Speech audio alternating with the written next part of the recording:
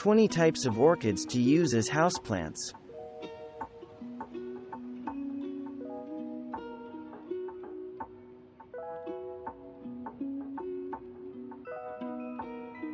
Commonly known as moth orchids, the species in the Phalaenopsis genus are ideal orchids for beginners, since they tolerate clumsy repotting efforts, and bloom on and off throughout the year. These orchids prefer diffused lighting conditions but are otherwise very easy to grow. There are about 75 recognized species within the genus and many dozens of readily available cultivars. Brassavola orchids have white or greenish flowers with narrow petals, and are exceptionally fragrant, especially in the evening when the perfume is released. The white color is indicative of many flowers that depend on moths for pollination. There are at least 20 species within the Brassavola genus, of which B. nodosa is one of the easiest to grow, especially for beginners.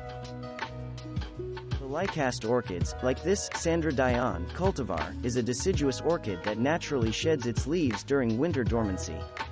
This reveals spines on the tips of the pseudobulbs, which are sharp enough to draw blood from unsuspecting admirers. The medium-size, long-lasting flowers are usually white, pink, red, or lavender. There are about 30 species within this genus. The summer-blooming Masdevalia orchid has an atypical flower shape compared to other orchid genera. The flowers are triangular, and while some are blocky and compact, others are thin, elongated, and whiskery. This orchid is very particular about temperature and humidity conditions and is best suited for advanced orchid growers. There are nearly 500 species in this genus, though only a few are typically grown as houseplants. It is easy to see how the pansy orchid got its nickname. The blossoms sport the same face-like features that give our favorite cold-weather annual so much personality. However, unlike pansies, the Miltonia orchids continue blooming from late spring into summer. There are 12 epiphytic species within this genus, as well as several naturally occurring hybrids. If your orchid resembles a dancing lady, chances are you are tending an Oncidium orchid. This low-care orchid includes the popular Shari Baby, which emits a sweet cocoa fragrance. These orchids need consistent moisture and humidity. Failure to meet this requirement results in leaf deformities.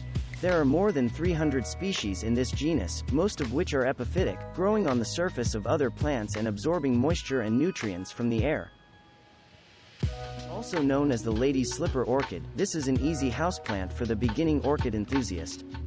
Flowers range from cheerful yellow, pink, or white shades to moody burgundies, browns, and near black shades.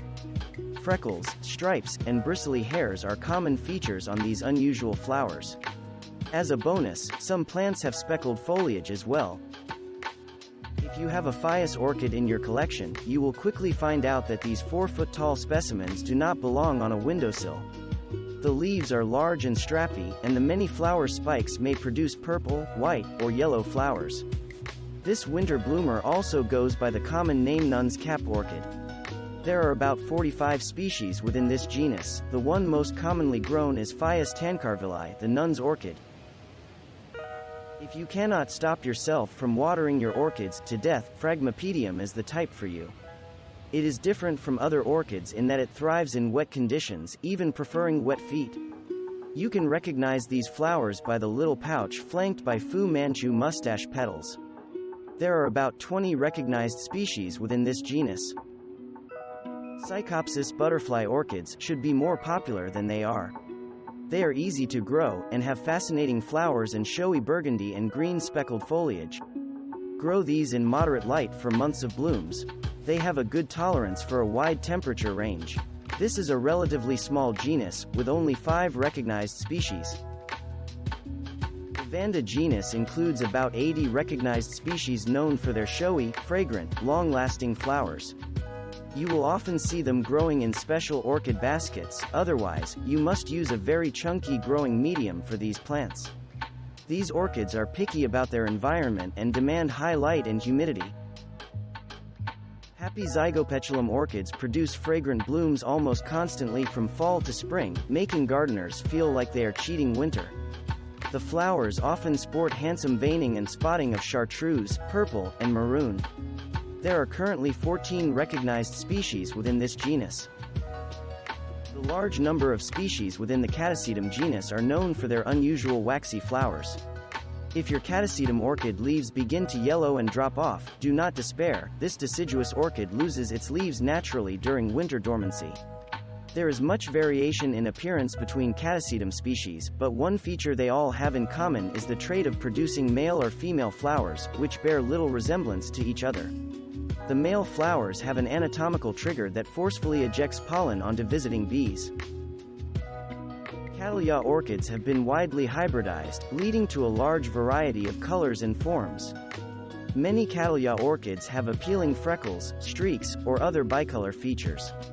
Some varieties are quite fragrant, and they are the most popular corsage orchid. This relative of the Cattleya orchid is also known as the swan orchid, as the elegant inflorescence of male flowers resembles a swan's neck.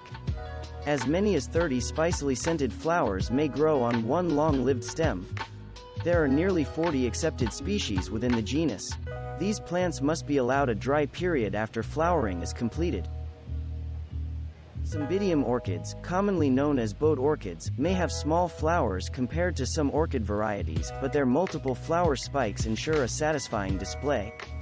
Good choices for beginners include the lime green Chica, the yellow and red Show-Off, or the bright pink Frey, which were all recipients of the American Orchid Society's highly commended certificate.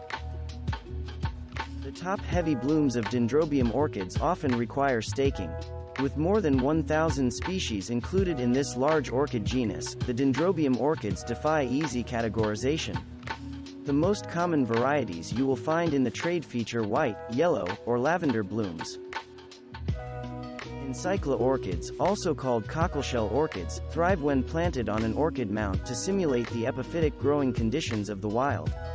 Some horticulturists say this orchid looks like an octopus because of its dangling petals and sepals. Although not fragrant, it can bloom for several consecutive months. The Epidendrum genus is large, containing more than 1,000 pure species and many more hybrids.